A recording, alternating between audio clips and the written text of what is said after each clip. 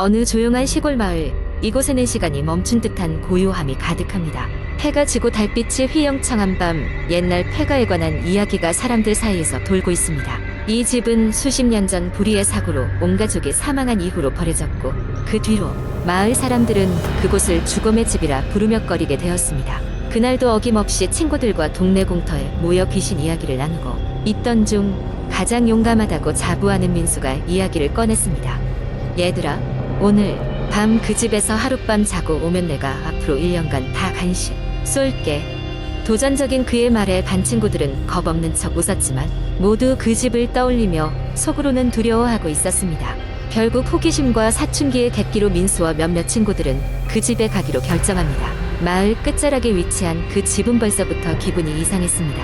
문을 열자 삐걱이는 소리와 함께 어둠이 그들을 맞이했습니다. 손전등으로 주위를 비추자 먼지가 가득한 가구들과 흉물스러운 그림자들, 그리고 곰팡이, 냄새까지 그야말로 음산한 분위기였습니다.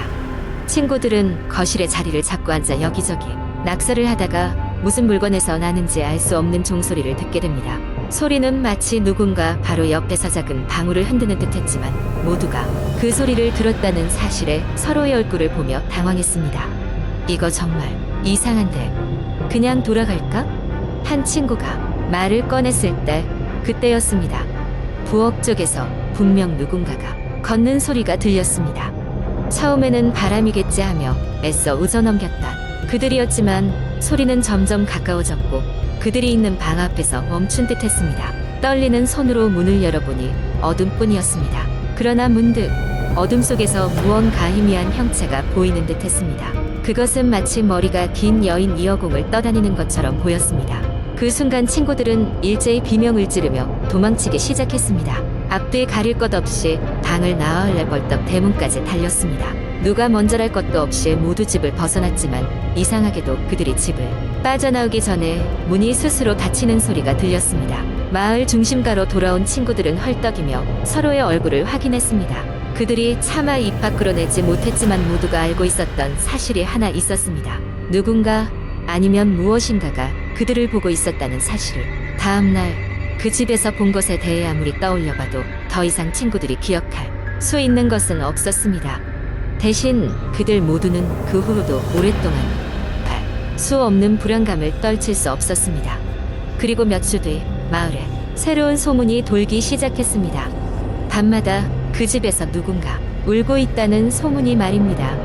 더 이상 사건에 대해 거들떠보기도 싫었던 친구들은 더 이상 그 이야기를 하지 않기로 마음먹었지만 그날의 기억은 이따금씩 꿈속에서 그들을 괴롭혔습니다. 한편 다른 마을 사람들은 이 이야기가 새롭게 생겨난 괴담의 일부가 되었을 뿐 더 이상 민수와 친구들이 겪었던 일을 진지하게 생각하지 않게 되었습니다. 하지만 그 집을 지나게 될 때면 누구나 모르게 걸음을 재촉했습니다. 사람들은 무심코 이야기합니다. 그 집에서 들리는 울음소리가 여전히 들려온다면서. 두 번째 이야기, 그날은 내가 평생 잊지 못할 밤이었다. 과중한 업무로 인해 스트레스를 받아 피곤함이 극에 달했지만 상사의 비위를 맞추느라 야근을 피할 수 없었다. 한밤중까지 사무실에 홀로 남아 컴퓨터 화면을 바라보며 일을 마무리하고 있었다. 두꺼운 방음 벽에도 불구하고 사무실은 소름 끼칠 정도로 조용했다. 시간이 지나 새벽 2시가 다가오자 사무실의 유일한 불빛은 내가 사용하던 책상 램프와 컴퓨터 모니터에서 나오는 밝은 불빛이었다.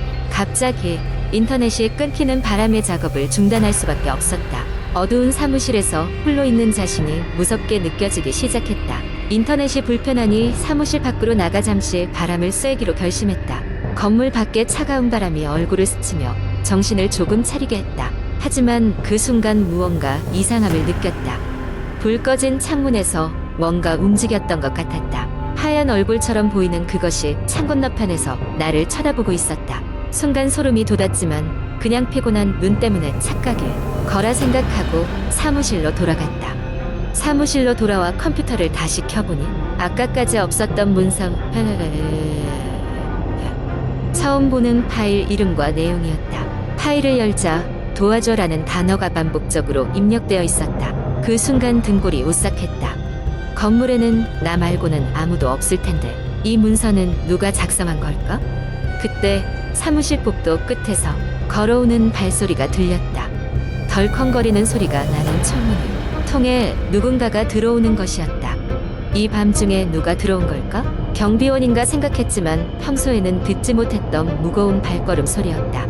발소리는 점점 가까워졌고 나는 순간 숨을 멎은 채 모니터 불빛 너머로 복도를 쳐다보았다. 고지어 형체가 보였는데 그것은 사람이라고 부르기 힘든 모습이었다. 창백한 피부, 깊게 패인 눈구멍, 피가 묻은 손톱은 끔찍한 분위기를 자아냈다. 본능적으로 책상 밑으로 몸을 숨기며 핸드폰을 꺼내 경찰에 전화를 걸었다. 하지만 연결음이 들리지 않았다.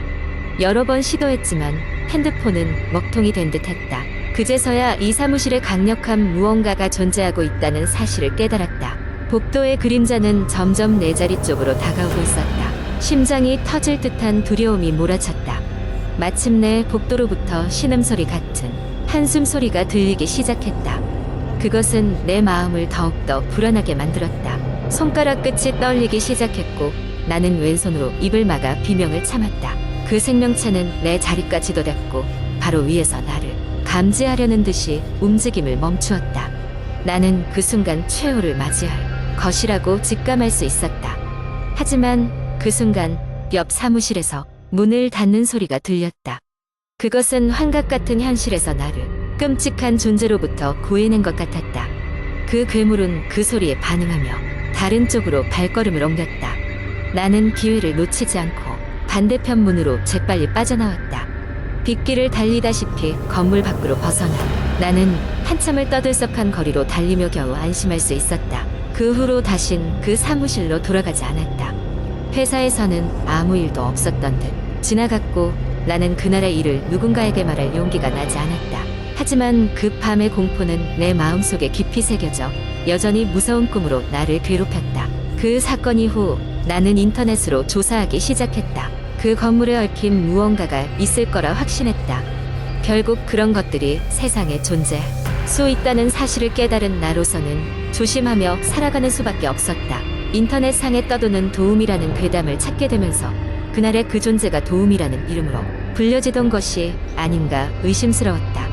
이 이야기가 사실일지 허구일지 판단하는 것은 각자의 몫이겠지만 나의 경험은 그저 하나의 공포썰로 기록될 뿐이다. 하지만 만약 당신이 어두운 사무실에서 혼자 일하게 되는 날이 온다면 조심하길 바란다. 창문 너머의 하얀 얼굴과 새벽의 신음소리, 그리고 복도 끝에서 다가오는 발자국 소리를 듣지 않기를.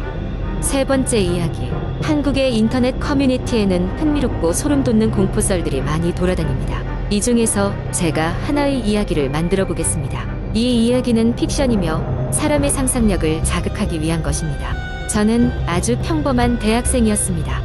학교 생활에 치여 스트레스가 쌓이고 방학 동안 다른 환경에서 공부하면 좋겠다는 생각이 들어 외국으로 교환학생을 가기로 했습니다. 도착한 곳은 유럽의 어느 작은 도시로 조용하고 고풍스러운 분위기가 마음에 들었습니다.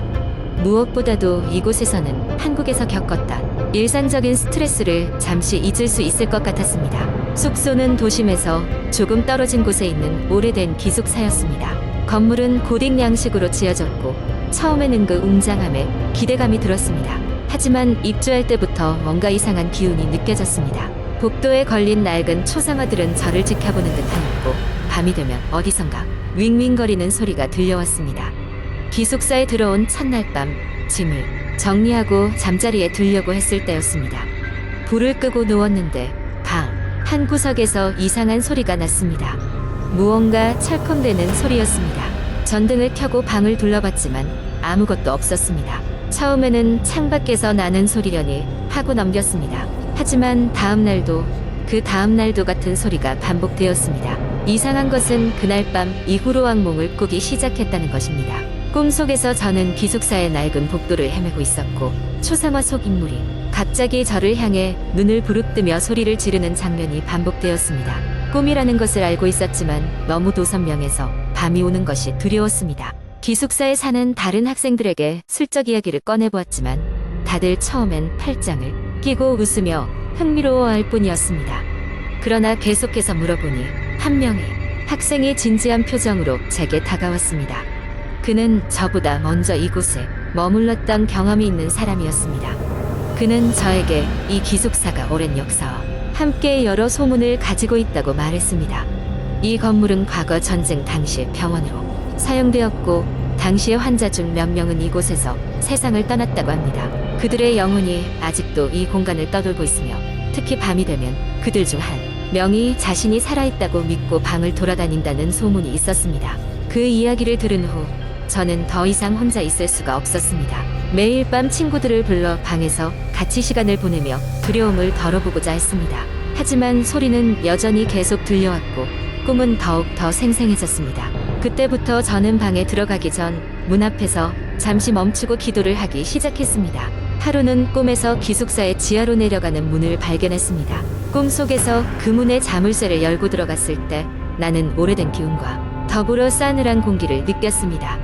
그리고 무언가가 내 어깨를 스치고 지나가는 느낌이 들었습니다. 눈을 뜨자마자 나는 서둘러 인터넷에서 이 기숙사에 대한 정보를 찾아보았습니다. 검색 결과 이 기숙사는 가끔 지하가 존재할 수 있다는 소문이 있었고 지하에는 미처 확인되지 않은 방들이 존재한다고 했습니다. 그날 밤 끔찍한 악몽에서 깬 후 나는 기숙사 관리인을 찾아갔습니다. 관리인은 처음에는 저를 무시했지만 제가 계속해서 청하자 마침내 지하에 대해 이야기를 해주었습니다.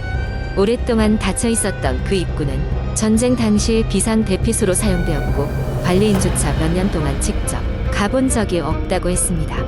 그 후로 몇 주 동안 소리는 점점 약해졌습니다. 저는 그것을 무시하려고 했고 꿈을 꿀 때마다 기숙사 밖으로 나가 산책을 하며 마음을 진정시켰습니다. 마지막으로 그 기숙사를 떠나던 날 문득 처음 봤던 초상화들이 떠올랐습니다. 기숙사의 유령들이 이제는 마음의 안식을 찾은 것 같았습니다. 한국으로 귀국한 후 그 기숙사에서 있던 일을 친구들에게 이야기하곤 했습니다. 그들은 재미있다며 웃었지만 저에게는 그 후로 어떤 낡은 건물이나 오래된 그림을 볼 때마다 살아난 그 기억들이 떠오르곤 했습니다. 그 유령들이 전하고 싶었던 진짜 메시지가 무엇이었을지 지금도 가끔씩 상상하게 됩니다. 이 이야기는 소름 끼치는 경험을 다룬 픽션이며 사람들로 하여금 오래된 건물들에 얽힌 역사와 전설에 대해 한 번쯤 생각해보게 만드는 이야기입니다.